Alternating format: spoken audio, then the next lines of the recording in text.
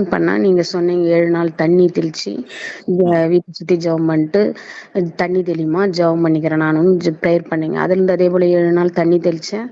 Night மாசத்துல அந்த அமாவாசைக்கு முன்னாடி இல்ல பின்னாடி ஒரு நாள் சீரியஸ் ஆகி ஹாஸ்பிட்டல் போவேன். இது ஏற்கனவே மென்ஷன் பண்ணியிருந்தேன். இந்த மாசம் வந்து நீங்க சொன்னதும் தண்ணி தெளிச்சிருந்து எனக்கு எந்த சரீர இதுவும் வரல, பலவீனமும். காலையில நீங்க ப்ரேயர் பண்ணப்ப ஜெபத்திலே அபிஷேகத்திலே இறங்கின ஒரு 1/2 1 hour பேசிட்டு இருந்தேன் அபிஷேகத்துல. நீங்க ப்ரேயர் பண்ணும்போது அப்ப நீங்க சொன்னீங்க, சகோதரி நீங்க எனக்கு போன் பண்ணுங்க, வாட்ஸ்அப் காலுக்கு வாங்க, போராட்டம் நிறைய இருக்கு அப்படின்னு சொல்லியிருந்தீங்க. போராட்டம் அதிகமா எனக்குதான் சரி. அப்புறம் மாசம் 4-5 மாசம் தொடர்ந்து ஹாஸ்பிட்டல் போயிட்டு வந்தேன் அமாவாசைக்கு முன்னாடி. ஹாஸ்பிட்டல் போனா ஒண்ணுமே கிடையாது, நல்லா இருக்கிறீங்க அப்படின்னு சொல்லிட்டு ட்ரிப்ஸ் மட்டும் ஏத்திட்டு அனுப்பிடுவாங்க. பலவீனம் சொல்லிட்டு இங்கே லோக்கல்ல ஒரு பாஸ்டர் அண்ணன்ட்டு போய் ஜெபம் பண்ணோடனே அவர் வந்து ப்ரேயர் பண்ணாரு, எதுவுமே தொடாதுமா அப்படின்னாரு. மறுபடியும் வந்தோடனே பலவீனமா இருந்துச்சு. அன்னைக்கு காலையில உங்களுடைய ப்ரேயரை கேட்டு உங்களுக்கு போன் பண்ணேன். நல்லா ப்ரேயர் பண்ணிட்டு தண்ணி தெளிமான்னீங்க. அதே போல 7 நாள் ஜெபம் பண்ணிட்டு ஏசின் ரத்தத்தால இது பண்றேன்ட்டு தண்ணி தெளிச்சு வீட்டை சுத்தி எந்த பலவீனமும் எனக்கு சரீரில் வரல.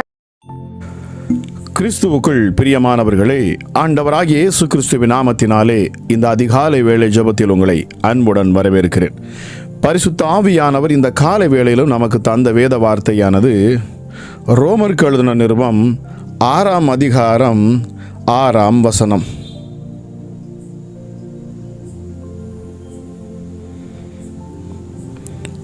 நாம் இனி பாவத்துக்கு ஊழியம் செய்யாதபடிக்கு பாவ சரீரம் ஒளிந்து போகும் பொருட்டாக நம்முடைய பழைய மனுஷன் அவரோடே கூட சிலுவையில் அறையப்பட்டதென்று அறிந்திருக்கிறோம்.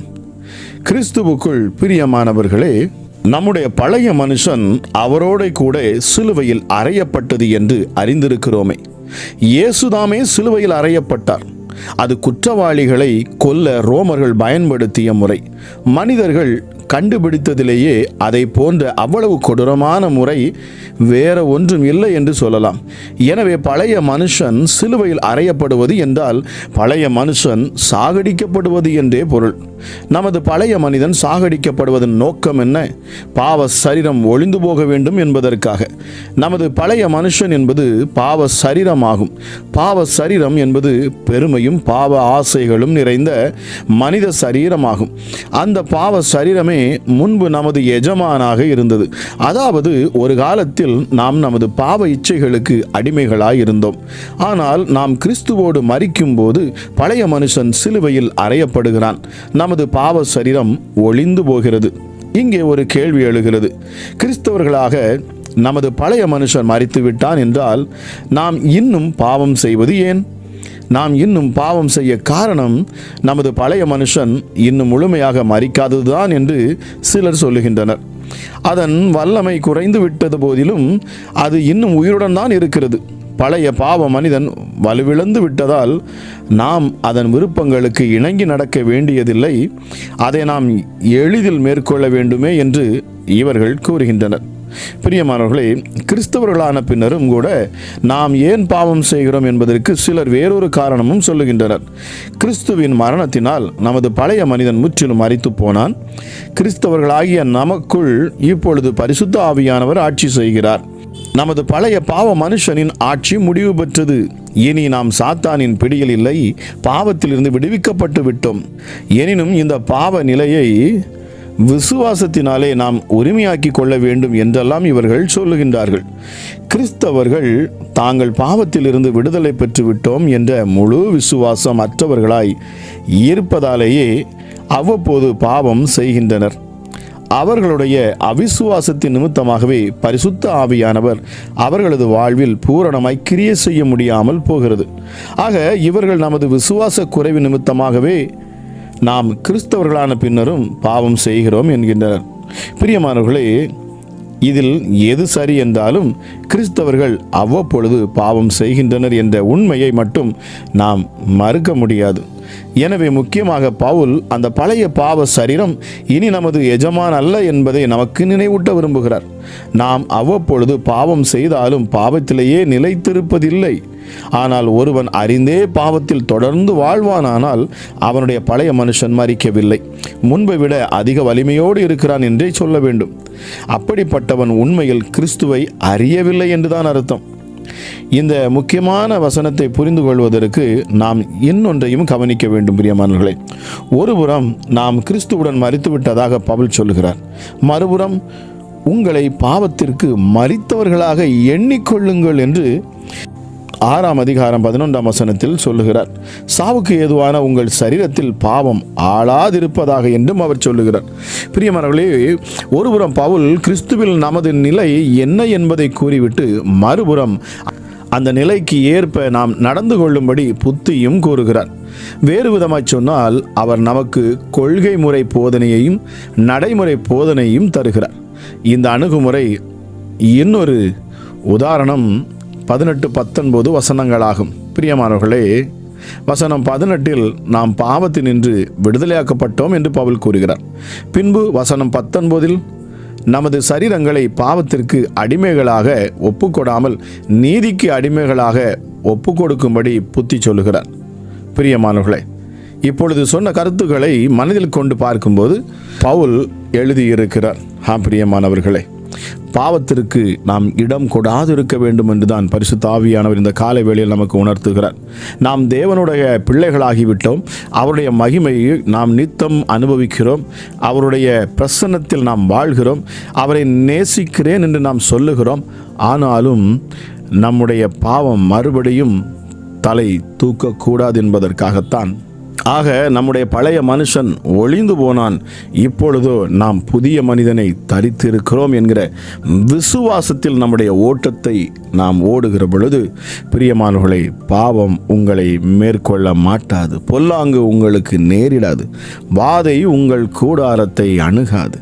கிறிஸ்து இயேசுவை மாத்திரமே நாம் விசுவாசித்து நிற்கிற பொழுது, நான் அவரோடு கூட சிலுவையில் அறையப்பட்டு மரித்தேன், அவர் அடக்கம் பண்ணப்பட்ட பொழுது நானும் அடக்கம் பண்ணப்பட்டேன், அவர் 3ஆம் நாள் உயிர்த்தெழுந்தது போல நானும் அவரோடு கூடவே நானும் உயிர்த்தெழுந்தேன், இப்பொழுதும் பிழைத்திருப்பது நான் அல்ல, ஆண்டவராகிய இயேசு கிறிஸ்து என்னும் இரட்சகரே எனக்குள் பிழைத்திருக்கிறார் என்பதே. ஜெபிக்கலாமா? எங்கள் அன்பின் பரலோக தகப்பனே, இந்த காலை வேளைக்காக நன்றி அப்பா. நீர் கொடுத்த அற்புதமான வார்த்தைகளுக்காக நன்றி சுவாமி. எஸ்டர்டே பழைய மனுஷன் சிலுவையில் அறையப்பட்டு கிறிஸ்துவோடு அவன் மரித்தான்.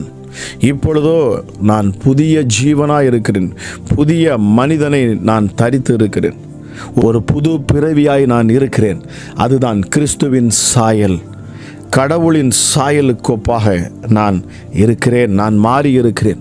ஆகவே நாம் இனி பாவம் செய்ய முடியாது, நான் பாவம் செய்ய முடியாது என்று சொல்லி விசுவாச சிந்தையோடு நாம் செயல்படுகிற பொழுது, என்னை இவ்வளவாய் அன்பு கூர்ந்து என்னை விடுவித்த இந்த இயேசுவை பார்க்கிற பொழுது, நான் ஏன் இன்னும் பாவம் செய்ய வேண்டும் என்கிற எண்ணமும் உண்டாகிறது. அப்பா பிதாவே, இந்த காலை வேளையிலும் சுவாமி உம்மை நோக்கி பார்க்கிற ஒவ்வொரு முகங்களும் பிரகாசிக்கட்டும். தேவ வல்லமை இந்த நாளில் இயேசுவே நீர் கொடுத்த இந்த வார்த்தையை கேட்டுக்கொண்டிருக்கிற ஒவ்வொரு மேலும் இறங்கட்டும் அப்பா. ஒருவரும் கெட்டு போவது உம்முடைய சித்தம் அல்ல, ஒருவரை கைவிடுகிற தேவனும் நீர் அல்லப்பா. ஒருவரும் கெட்டு போகக்கூடாது, எல்லோரும் பரலோகத்திற்கு வர வேண்டும் என்பது உம்முடைய விருப்பமாய் இருக்குது சுவாமி. மகத்துவம் உள்ள தெய்வமே இயேசுவே, பாவம் உங்கள் சரீரங்களை ஆளாதிருப்பதாக.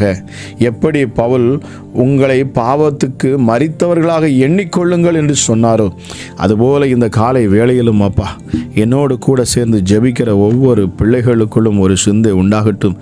இனி நான் அல்ல, நான் மரித்தேன், இப்பொழுதோ நான் பிழைத்திருக்கிறேன். எப்படி பிழைத்திருக்கிறேன்? கலாத்தியர் 2:20 கிறிஸ்துவை பற்றும் விசுவாசத்தினால் நான் பிழைத்திருக்கிறேன் என்கிற வார்த்தையின்படி அப்பா பிதாவே, விசுவாசிக்கிற யாவருக்கும் நீர் அற்புதங்களை செய்கிறேன்.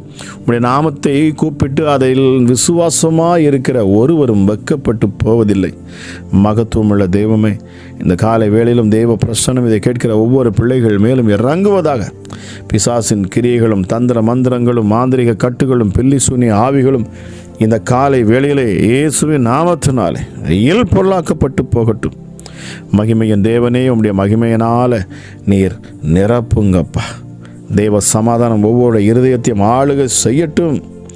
பிசாசின் கிரியைகளிலிருந்து, அவன் தந்திரத்திலிருந்து எங்களை விடுவித்தவரே உமக்கு நன்றி செலுத்துகிறேன். தேவ சமாதானம் இப்பொழுதும் அப்பா உம்முடைய பிள்ளைகளுக்குள்ளாக அது இறங்கட்டும். கேட்கிற ஒவ்வொரு வீடுகளிலும் தேவ மகிமை இறங்கட்டும். அமராஜா, ஒவ்வொரு வீடுகளிலும் அப்பா உம்முடைய பாதுகாப்பு உண்டாகட்டும். நசரேயனாகிய இயேசு கிறிஸ்துவின் அதிகாரமுள்ள நாமத்தினாலே எந்த பலவீனமும் இல்லாதபடிக்கு உம்முடைய பிள்ளைகளுக்கு நீர் பூரண பலத்தை கொடுத்து உமக்கென்று சாட்சியாய் நிற்க நீர் உதவி செய்யும்படியாக நான் ஜெபிக்கிறேன். அப்பா பிதாவே, கர்த்தர் எனக்காக யாவையும் செய்து முடிப்பார் என்கிற விசுவாசத்தோடு இருக்கிற ஒவ்வொருவருக்காக நான் ஜெபிக்கிறேன். அப்பா பிதாவே, கிருபையுள்ள தெய்வமே, சர்வ வல்லமையுள்ளவரே, ஆமாம் ராஜா, ஒருவரும் கெட்டு போகக்கூடாது என்பது உம்முடைய சித்தமாக இருக்கிறதப்பா. ஆமாம் ராஜா, இயேசுவே, மகத்துவமுள்ள தெய்வமே ராஜா, இந்த நேரத்திலும் சுவாமி, இந்த காலை வேளையில் என்னோடு கூட சேர்ந்து ஜெபிக்கிற ஒவ்வொருவரையும் உடைய கரத்தில் நான் தருகிறேன் அப்பா. ஆமாம் ராஜா, இயேசப்பா, அதி சீக்கிரத்தில் ராஜா அப்பா இதை கேட்கிற பிள்ளைகளுடைய வாழ்க்கையில் அதி சீக்கிரத்தில் அற்புதங்களும் அடையாளங்களும் உண்டாகட்டும். இந்த நிமிஷமே இதை கேட்கிற ஒவ்வொருடைய சரீரத்திலும் காணப்படக்கூடிய வலிகள், வேதனைகள் எல்லாம் இயேசுவின் நாமத்தினாலே மறைந்து போகட்டும் அப்பா.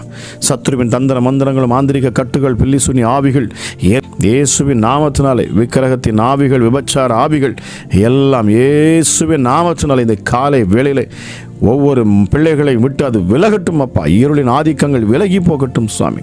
வெளிச்சம் உண்டாகட்டும், வெளிச்சம் உண்டாகட்டும். எஸ் டாடி, அப்பா உமக்கு நன்றி செலுத்துகிறேன். பரிசுத்த ஆவியானவரே, இந்த காலை வேளையிலும் இதை கேட்கிற ஒவ்வொரு பிள்ளைகளையும் நீர் பலப்படுத்துவீராக. ஜீவனை தருகிறவர், ஜீவனை கொடுக்கிற அன்பு பரிசுத்த ஆவியானவரே, உங்கள் ஜீவன் காற்று இப்பொழுதே ஒவ்வொருவர் மேலும் வீசப்படுவதாக.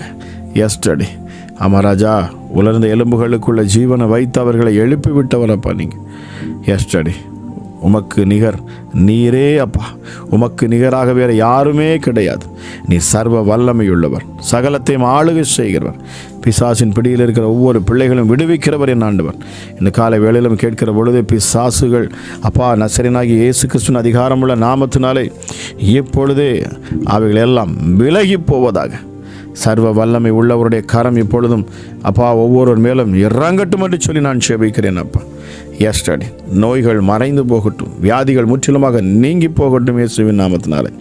இதை கேட்கிற யாராக இருந்தாலும் சரி, அவர்கள் மேலே இப்பொழுதே பரிசுத்த ஆவியானவர் வல்லமையாக இறங்குவாராக. அக்கினி மயமான நாவுகள் வெளிப்படட்டும் அப்பா. பரிசுத்த ஆவியானவரே, அந்த மேல் வீட்டு அறையின் அனுபவங்களை ஒவ்வொரு பிள்ளைகளும் அதை பெற்றுக்கொண்டு உம்முடைய நாமத்தை மகிமைப்படுத்த நீர் உணர்த்துவீராக சாமி. ஏசப்பா, கூப்பிடுகிற யாவருக்கு சமீபமாக இருக்கிறவரே, இந்த நேரத்திலும் கூட ஏசப்பா ஜெபிக்கிற ஒவ்வொரு பிள்ளைகளையும் நீர் ஆசீர்வதிப்பீராக. இந்த காலை வேளையிலும் இந்த நாள் எப்படி இருக்குமோ என்று பயந்து இருக்கிற ஒவ்வொரு பிள்ளைகளுக்காக நான் ஜெபிக்கிறேன் சுவாமி. நித்தமும் அதினதின் காலத்தில் நேர்த்தியாய் செய்கிறவர் நீர் மாத்திரமே என்று நான் அறிந்து இருக்கிறேன் அப்பா. கிருபையுள்ள தெய்வமே, இரக்கத்தில் ஐஸ்வர்யம் உள்ள தெய்வமே, இந்த நாளிலும் அப்பா இதை கேட்கிற ஒவ்வொருடைய வாழ்க்கையிலும் ஆசீர்வாதங்கள் பெருகட்டும், சந்தோஷம் பெருகட்டும், சமாதானம் உண்டாகட்டும், பிரிந்த குடும்பங்கள் ஒன்று சேரட்டும், சாத்தானுடைய சகல கிரியைகளும் அப்பா முறியடிக்கப்பட்டு போகட்டும் சுவாமி. சத்துருக்கள் துரத்தப்படுவதாக. இயேசுவின் நாமத்தினாலே இதை கேட்டுக்கொண்டிருக்கிற ஒவ்வொரு பிள்ளைகளையும் பிதா, குமாரன், பரிசுத்தாவின் நாமத்தினாலே இந்த காலை வேளையில் நான் ஆசீர்வதிக்கிறேன் அப்பா. ஆமாம் ராஜா, துதி கன மகிமை எல்லாம் ஒருவருக்கே உண்டாவதாக. கேட்கிற ஒவ்வொரு பிள்ளைகளையும் ஆசீர்வதிங்க, பலப்படுத்துங்க. இயேசு கிறிஸ்துவின் நாமத்தில் ஜெபிக்கிறேன், ஜெபம் கேளும் ஜீவனுள்ள நல்ல பிதாவே. ஆமேன், ஆமேன்.